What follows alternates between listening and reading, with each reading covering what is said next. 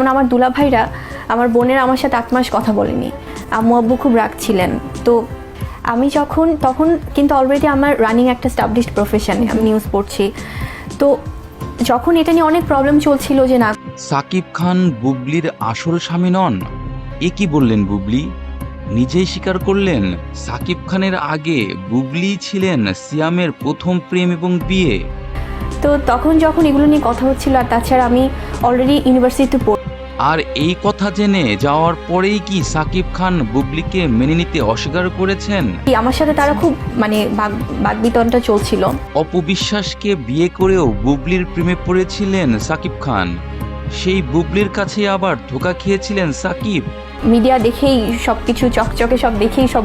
যে সিয়ামকে সাকিব খান নায়কই মনে করেন না, আর সেই কিনা সাকিব খানের স্ত্রীর প্রথম স্বামী এবং প্রেম।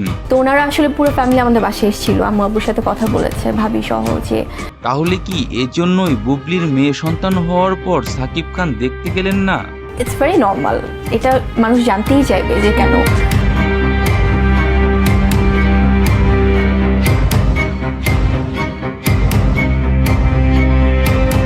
বুবলি এবং সিয়ামের এই খুনসুটি কি প্রমাণ করে দেয় না তাদের মধ্যে অতীতে সম্পর্ক ছিল?